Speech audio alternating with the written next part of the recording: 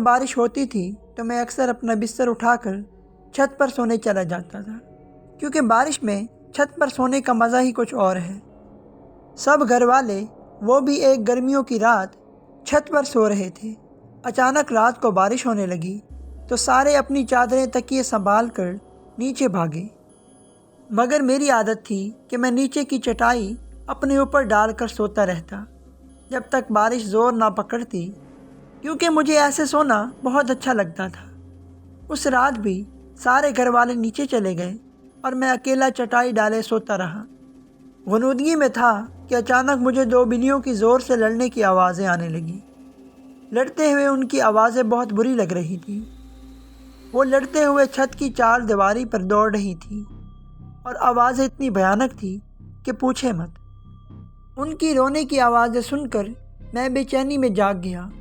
پہلے سوچا کوئی جوتا اٹھا کر ان کو بھگا دوں، پھر سوچا کہ میں اندھیرے میں جوتا کہاں ڈھونڈتا پھروں گا، تھوڑی دیر بعد خود ہی لڑ کر تھک جائیں گی تو چلی جائیں گی۔ اچانک خاموشی ہو گئی۔ میں دوبارہ غنودگی میں چلا گیا۔ تبھی ایک بلی کی زوردار چیخ میری چارپائی کے عین نیچے سے آئی اور میں اچھل پڑا۔ میں نے چارپائی کے نیچے جھانکا مگر وہاں کچھ نہیں تھا۔ ادھر ادھر نظر دوڑائی مگر وہاں کوئی بھی نہیں تھا۔ میں نے سوچا کہ شاید میرے اٹھتے ہی اس نے ساتھ والے گھر میں چھلانگ لگا دی ہوگی۔ میں نے جوتا اپنے پاس رکھ لیا کہ اب اگر آئے گی تو اس کو نہیں چھوڑوں گا۔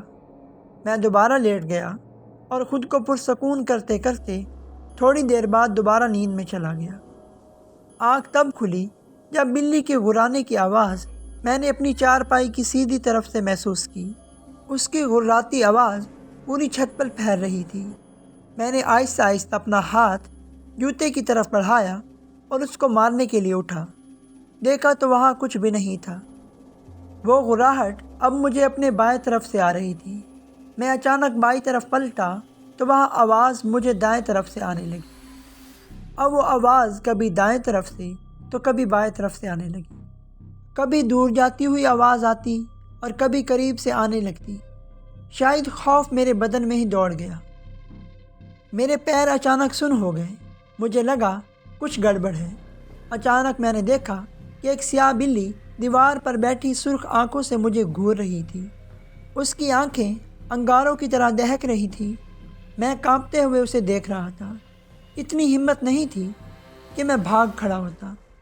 پھر وہ اچانک بڑی ہوتی نظر آنے لگی۔ وہ بکری جتنی بڑی لگ رہی تھی اور ایسی نظر آ رہی تھی جیسے کالا چیتا ہو، کیونکہ وہ بالکل سیاہ بلی تھی۔ پھر اچانک اس نے ایسی پوزیشن لی جیسے وہ دیوار پر سے مجھ پر چھلانگ لگانے والی ہو۔ میرے منہ سے ایک زوردار چیخ نکلی۔ میں ایک ہی چھلانگ میں نیچے اترا اور سیڑھیوں کی طرف بھاگا۔ میری چیخ اتنی بلند تھی کہ میرے امی ابو اور بڑا بھائی صحن میں آ گئے اور میں سیڑھیوں سے نیچے اترتے ہی بے ہوش ہو گیا، مگر پریشانیاں ختم نہ ہوئیں۔ کچھ دنوں تک مجھے ڈراؤنے خواب آتے رہے۔ مجھے وہی بلی نظر آتی، کبھی وہ میرا خون چاٹ رہی ہوتی۔ میں نیند میں چیخنے لگتا، پھر مجھے خواب میں بھیانک لوگ دکھائی دیتے۔ کسی کا سر نہیں ہوتا، کسی کا گوشت لٹک رہا ہوتا، آنکھوں کی جگہ کالے سوراخ ہوتے، بازو کٹے ہوئے ہوتے۔ میں بیمار رہنے لگا، کمزور ہوتا گیا۔ ڈر کے مارے میں گھر سے باہر نہیں نکلتا تھا۔ پھر مولوی صاحب دم کرنے آتے، مجھے پانی پلایا جاتا۔ میری والدہ ہر وقت مجھ پر سورۃ یاسین پڑھ کر پھونکتی۔ افاقہ ہوتا مگر پھر وہی حالت ہو جاتی، بیٹھے بیٹھے چیخیں مار کر بے ہوش ہو جاتا۔ ایک روز میں بیٹھا پڑھ رہا تھا کہ کسی کام سے کمرے میں امی کے پاس گیا۔ مجھے ایک دم ڈر سا لگا تھا۔ میں اپنی امی کے پاس گیا کہ وہ مجھ پر کچھ پڑھ کر پھونک دے۔ میری امی میری طرف پیٹھ کیے الماری کھولے کپڑے تہہ کر رہی تھی۔ میں نے امی کو پکارا مگر انہوں نے جواب نہیں دیا۔ میں ان کے قریب گیا اور ان کو آواز دی تو انہوں نے مجھے مڑ کر دیکھا، مگر وہ میری والدہ نہیں تھی۔ وہ خوفناک شکل کی عورت تھی۔ اس کا رنگ تانبے جیسا تھا، آنکھیں اس کی سر اور منہ کا دہانہ بڑا ہوا تھا۔ وہ ہاتھ پھیلائے ہنستی چلی جا رہی تھی اور مجھے اپنی طرف بلا رہی تھی۔ اس کے دانت چمک رہے تھے۔ میں تو پہلے ہی ڈر کے اپنی والدہ کے پاس دم کروانے آیا تھا۔ اس عورت کی شکل دیکھی تو میں وہیں بے ہوش ہو گیا۔ جب ہوش آیا تو مولوی صاحب میرے سرہانے بیٹھے تھے اور کچھ پڑھ رہے تھے۔ میرے ابو شدید پریشانی میں بیٹھے تھے۔ مولوی صاحب کے پوچھنے پر ان کو میں نے ساری بات بتائی تو وہ سوچ میں پڑے۔ پھر اس طرح کے واقعات میرے علاوہ میرے گھر کے دوسرے افراد کے ساتھ بھی پیش آنے لگے۔ کبھی باتھ روم کا دروازہ اندر سے بند ہوتا، پانی کی آوازیں آنے لگتی، تھوڑی دیر بعد دروازہ کھل جاتا لیکن اندر کوئی نہ ہوتا۔ ایک بار ہم سب رات کو ٹی وی دیکھ رہے تھے کہ بجلی کا بٹن ٹھیک سے اوپر ہوا اور بلب بجھ گیا۔ ایک بار میری امی کی چارپائی کمرے کے بیچ میں کسی نے کھینچ کر دور کر دی جب وہ سوئی ہوئی تھی۔ چیزیں ہم ایک جگہ رکھتے مگر ہمیں ملتی دوسری جگہ سے تھی۔ گھر کا ہر فرد ڈرا اور سہمے رہنے لگا۔ کوئی میرے ساتھ نہیں بیٹھتا تھا۔ سارے بہن بھائی مجھ سے گن کھانے لگے تھے۔ کالج میں دوست دور رہنے لگے تھے۔ ہمارے گھر کا سکون غارت ہوئے 7 مہینے ہو گئے تھے۔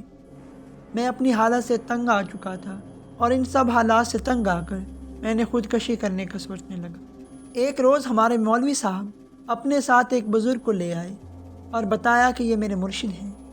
وہ بزرگ سفید کپڑوں میں تھے، سفید عمامہ تھا، چہرے پر سفید داڑھی تھی اور ماتھا ایسے چمک رہا تھا جیسے روشنی پھوٹ رہی ہو۔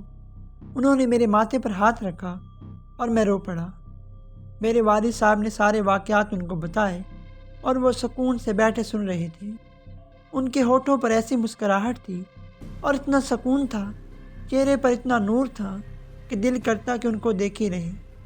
انہوں نے میرے والد صاحب کے ساتھ سارے کمروں کا جائزہ لیا، چھت پر جا کر ایک ایک کونا دیکھا اور ساتھ والوں کی چھتیں دیکھی۔ ہمارے گھر میں محلے کی عورتوں کا رش لگ گیا جو ان سے پانی دم کروانے آ گئی تھی۔ وہ میرے قریب آ کے بیٹھ گئے۔ انہوں نے اپنے دائیں پیر کا انگوٹھا میرے ماتھے کے درمیان میں رکھا اور اپنی آنکھیں بند کر کے کچھ پڑھنے لگے۔ مجھے ایسا لگا جیسے کوئی میری کھال کھینچ رہا ہو۔ میری چیخیں نہیں رک رہی تھی۔ میں ان کا انگوٹھا اپنے ماتھے سے ہٹانا چاہتا تھا مگر ان کا پیر تک نہیں ہل سکا۔ میرا بھائی مجھے بتاتا ہے کہ وہ 1 گھنٹے سے زیادہ کچھ پڑھتے رہے اور تمہاری دل خراش چیخیں سننا ہمارے بس سے باہر تھا۔ تبھی ہم نے بزرگ کو بری طرح پیٹنا شروع کر دیا۔ آہستہ آہستہ میں پھر سکون میں آ گیا۔ آنکھیں کھولی تو وہ مجھے دیکھ رہے تھے۔ ان کے چہرے پر مسکراہٹ تھی۔ انہوں نے پانی منگوا کر دم کیا، کمرے کے ہر کونے میں پانی چھڑکا اور 2 گھونٹ پانی مجھے بھی پلایا۔ وہ 2 گھونٹ پانی ایسے جیسے کوئی آب حیات تھا۔ وہ پیتے ہی میرے سر سے 7 مہینے کا چڑھا ہوا سارا بوجھ اتر گیا۔ میرے کندھے ہلکے ہو گئے، میرے جسم میں سکون دوڑنے لگا، میری بجھی آنکھیں روشن ہو گئیں۔ میں اٹھا اور ان کی چھاتی پر سر رکھ کر رونے لگا۔ وہ میرے جسم پر ہاتھ پھیرنے لگے، پھر وہ چلے گئے۔ آج اس بات کو 2 سال ہو گئے ہیں۔ اللہ کا شکر ہے کہ پھر ایسا کوئی واقعہ میرے ساتھ پیش نہیں آیا۔ دوستو، امید ہے آپ کو آج کا واقعہ اچھا لگا ہوگا۔ اس طرح کے مزید واقعات دیکھنے کے لیے ہمارے چینل کو سبسکرائب کریں اور بیل کے آئیکن کو دبا دیں تاکہ ہر آنے والی ویڈیو سب سے پہلے آپ کو ملے۔ دوستو، ملتے ہیں ایک نئی ویڈیو کے ساتھ، تب تک کے لیے اللہ حافظ۔